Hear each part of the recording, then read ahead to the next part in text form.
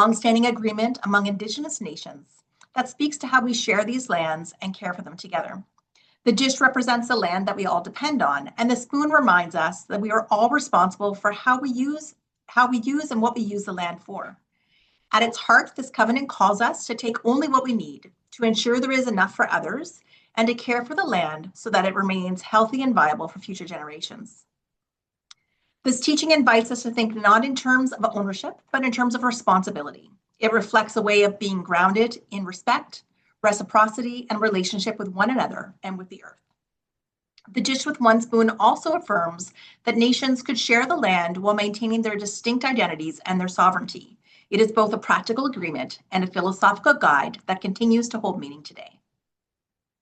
Some of the ways this is showing up in our work include introducing books and materials that reflect Indigenous voices and perspectives, exploring teachings about the natural world, including respect for plants, animals, and the land.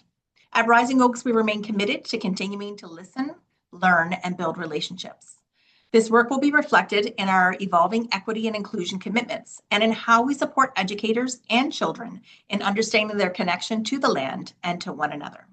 I'm Lori Prospero. I'm the CEO here at Rising Oaks Early Learning, and I'll turn it over to my colleague.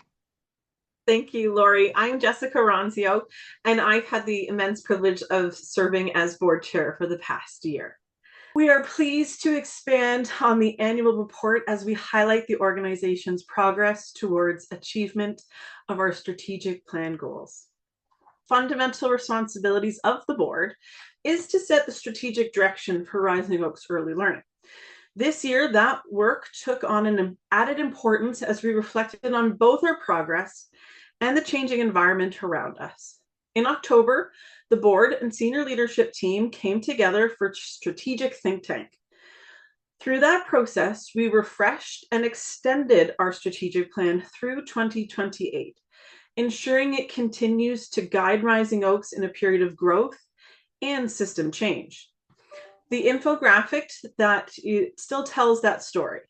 Our mission, vision, values, and DEIB action plan remain the foundation and keep us grounded. What has evolved is how we continue to live them in a more complex and expanding system. Our priorities remain consistent: influence system planning, enable sustainable growth, and ensure a flourishing team. What has deepened is our focus on capacity, resiliency, belonging, and recognizing that growth is not just about size, but also about strengthening the conditions that allow quality to thrive. As a board, our role is to hold that long view. And as always, it is the leadership team and the staff who bring this plan to life every day. Thanks, Jessica. As we reflect on 2025 from an operational standpoint, I'm immensely proud of the progress that we've made in advancing our strategic priorities. Our commitment to high quality early learning and childcare remains unwavering.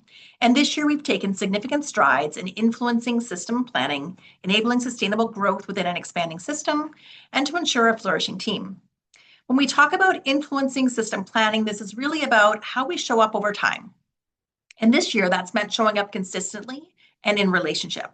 We engaged across all levels of government, including meetings with our local members of parliament and members of provincial parliament, hosting candidates in our centers, creating space for dialogue with families and educators.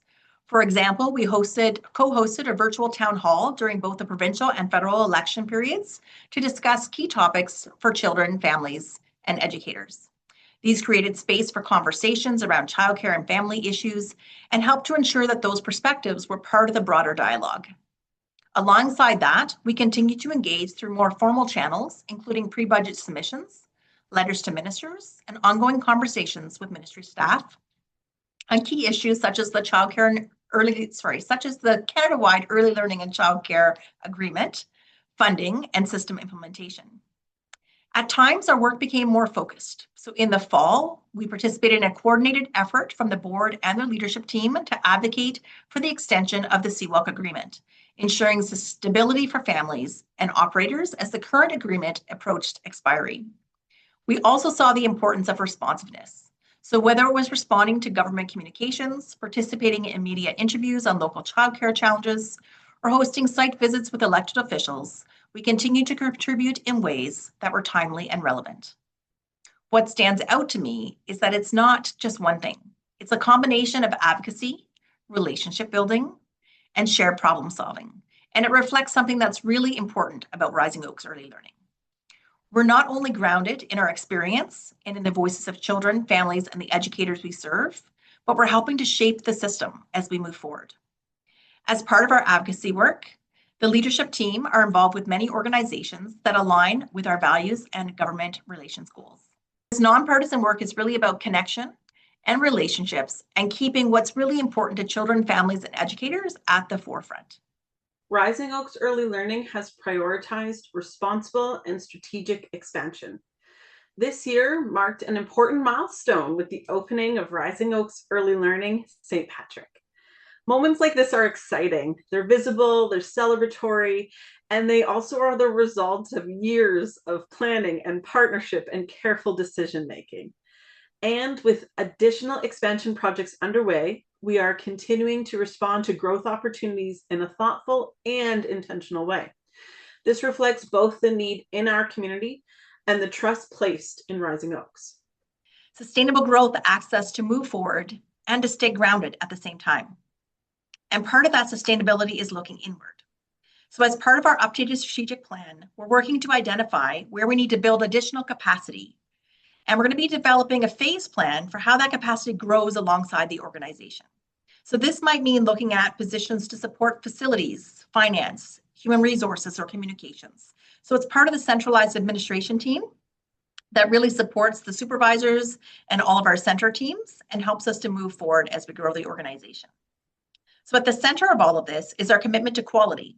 Growth only matters if we're able to maintain those strong relationships, strong teams, and strong learning environments. And this brings us to our focus on ensuring a flourishing team, because behind every one of our priorities, there are people. This year, we continue to strengthen the conditions that support our team. That includes our expanded wage grid, ongoing attention to well-being, and continued investment in professional learning. And at the same time, our focus is shifting more intentionally towards the future. In our renewed strategic plan, we're placing a stronger emphasis on leadership and workforce sustainability. That includes updating our succession plans, creating more structured pathways for leadership development across the organization. And we're beginning to explore a more deliberate approach to building a sustainable educator pipeline, one that reflects our values, supports quality practice, and creates meaningful opportunities for growth within Rising Oaks Early Learning. Because building a flourishing team doesn't just happen by chance. It's something that we build intentionally over time. And now I'll invite Christine to share how this work shows up in practice. Thank you, Lori. This year, that focus on a flourishing team has really come to life through our work in practice. Our annual pedagogy project focused on nature-based learning, supporting educators to deepen their skills and confidence in how they engage with children outdoors. What we see is that when educators feel supported in their learning, it directly enhances the experience for children. Nature play is also closely connected to overall well-being, as time spent outdoors contributes to healthier minds and bodies for both educators and children. It creates meaningful opportunities for large muscle play, movement, and active engagement, all of which are essential for physical and emotional health. By focusing on the educator's working environment, we are intentionally shaping the children's learning environment. Recognizing that when educators thrive in both indoor and outdoor spaces, children benefit from richer, more holistic learning experiences. We've also continued to build leadership from within. Through our leadership development, capacity, and mentorship work, educators are beginning to take on new responsibilities and to see themselves as future leaders in the organization. This is one piece of how we build that sustainable educator pipeline that Lori spoke about. Not just bringing people in, but nurturing their professional growth, supporting their aspirations, and fostering long-term careers within the organization. A great example of this in action was our Professional Learning Day last week, where over 200 staff came together to learn, connect, and reflect.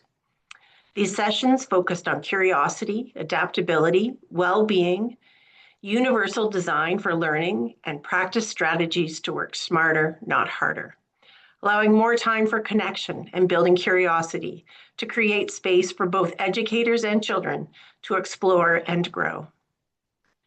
Taking time to come together as a team and reconnect to our shared purpose is key to our success. Because ultimately, when educators feel supported, connected, and valued, that's what creates strong learning environments for children and families. We also launched our 8th Work Well Insight Survey to check in on our workplace culture. As we reflect on our renewed strategic plan, it is clear that behind each strategic priority, there are people. People who show up each day with care, with skill, and with commitment. And it's important that we take time to recognize that. At our recent Professional Learning Day, we celebrated employees who reached long service milestones in 2025. For me, 2025 marked 35 years as an employee at Rising Oaks. This is something I'm incredibly proud of. The story of my career is an example of what it means to be supported in professional growth. Throughout my career, I was encouraged and supported to pursue additional education and training, enabling me to achieve the role I hold today. And over the past 9 years, I have been supported in my leadership journey through my role on the Council for the College of Early Childhood Educators, where I am now completing my final term as council chair. I am that employee who chose to stay and build a career over time. I bring this firsthand knowledge experience with me as I contribute to advancing our strategic goals, particularly those focused on fostering a flourishing and engaged team. But enough about me. Let me introduce you to our Long Service Award recipients. Celebrating 5 years of service, we have Nick from Oak Creek, Amanda from St. Luke, Christina from St. John Paul, Brenda from St. Matthew, 2 Melissas. We have Melissa Hammer and Melissa Strom from Lincoln, and we have Christine from John Sweeney. Celebrating 10 years of service, we have Candace from Oak Creek. Celebrating 15 years of service is Brittany from St. Matthew. And celebrating 20 years of service is Melody from Lincoln, Janet from St. Nicholas, and Deb from John Sweeney.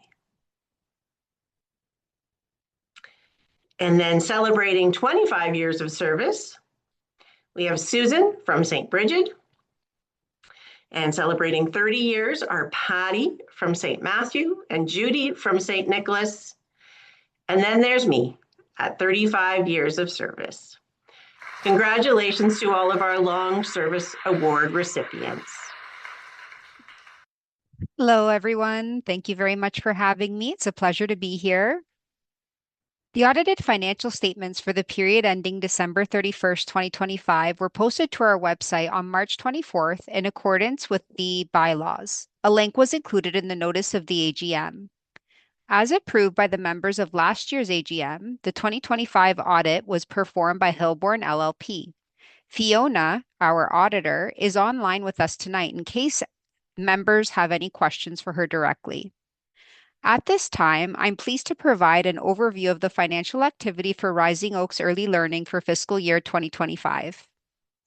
In 2025, Rising Oaks Early Learning marked its first year operating under Ontario's new cost-based funding model with the Canada-wide Early Learning and Childcare System, also referred to as CWELC. During this year of transition, the organization remained financially stable while continuing to invest in its workforce and expanding access to licensed childcare through the opening of Rising Oaks Early Learning St. Patrick. As part of this model, not-for-profit operators receive an allocation in lieu of profit or surplus. This recognizes that organizations require a modest operating margin to manage risk, invest in quality, and plan responsibly for the future. So our first slide here shows the statement of operations, or just the revenue section of the statement of operations. On the left, you'll see a little snip from our actual financial statements, and on the right, you'll see a graph that depicts last year's and versus this year's revenue by category year over year. Child care service revenue is down slightly this year by $380,000 from last year. This is due to a change from revenue replacement to the cost-based funding formula. The statements have realigned revenue so that child care service revenue on the first line is only the parent fees and subsidy revenue. All other CWALC funding, whether cost-based or revenue replacement, is now on the second line. CWALC revenue is up by $6 million over last year. This includes the allocation in lieu of profit or surplus. The provincial wage enhancement grant appears to have been significantly reduced, but this is because the PWAG for those working with children aged 0 to 5 is now captured under the cost-based funding allocation, so it's grouped with the CWALC grant line. Other grants are down significantly as funding has shifted into the CWALC system. These details are included in Note 11 of the financial statements, which you'll see at the bottom of the slide there. These grants are primarily related to grants for the age group 6 to 12 years old. Looking at the bottom line, the total revenue is up by $3.5 million. So again, keeping with the same format as our last slide, on the left, you'll see the snip from the financial statements. That's the expense section of the statement of operations. And on the right, you'll see a graph that shows the distribution of our expenses when you compare this year to last year. I'm going to review some highlights here. There was an increase in food by $39,000 due to the opening of St. Patrick. Wages and benefits increased by $1.8 million in 2025 due to the opening of St. Patrick, but also because of the introduction of the new wage grid. We ended the year with an operating surplus of $1.49 million. As we continue down our statement of operations, you can see the operational surplus of $1.49 million repeated here at the top. Then we bring in other items such as interest income, any insurance proceeds of which there were none in 2025. There's a small write-off of capital assets for $99, and then you'll see the usual amortization of deferred capital contributions. And this is grant monies that are matched up to amortization expense to fund capital items. And then, of course, our amortization of capital assets, which continues to grow as we open new centers and replace assets. Rising Oaks ended 2025, the 2025 fiscal year with an excess of revenues over expenses of $1.24 million, the majority of which reflects the allocation provided within the CWALC funding formula in lieu of profit or surplus. Rising Oaks prepares financial statements on an accrual basis, and ongoing operations are funded through current year revenues. Surplus funds are reinvested to strengthen long-term sustainability and to support one-time investments such as expansion, capital improvements, and startup costs associated with opening new centers consistent with the board's strategic direction. So next up, we have the financial activity in a nice graph here. What I'll note is that the board has approved the audited financial statements for the year ended December 31st, 2025. Hilborn LLP concluded that the financial statements present fairly, in all material respects, the financial position of Rising Oaks Early Learning in Ontario, in accordance with the Canadian Accounting Standards for Not-for-Profit Organizations. Members and the public can view the full audited financial statements on our website. Before we move on, we would like to take a moment to officially introduce the full board of directors for 2026 and 2027. Our new board consists of Alex Ju, Ankita Banjeri, Bernie Crawford, Christiana Alkivadis, Cynthia Cosson, Jessica Ronzio, Catherine Walsh, Nessia Martins, Nick Ocho, Olivia Choi, Robert McDonald, and Lori, who serves in her capacity as the CEO. Congratulations once again to our new directors. These individuals have contributed a combined total of 1,034 hours to Rising Oaks Early Learning over their tenure on the board, including their work on board committees. Congratulations and thank you for both. And we have one more director we would like to recognize this evening. This year, the board is pleased to induct Jessica Ronzio into the board, the Circle of Excellence this evening. Jessica has been an engaged leader, bringing her insight and determination to reduce barriers at Rising Oaks Early Learning. Over the past 5 years, Jessica's leadership has been instrumental in developing board norms, charting a future path with renewed strategic plan, and a champion for diversity, equity, and inclusion. She has served as vice chair and chair and a member of the nominating committee and both member and chair of the governance committees. Thank you, Robert, for those lovely words.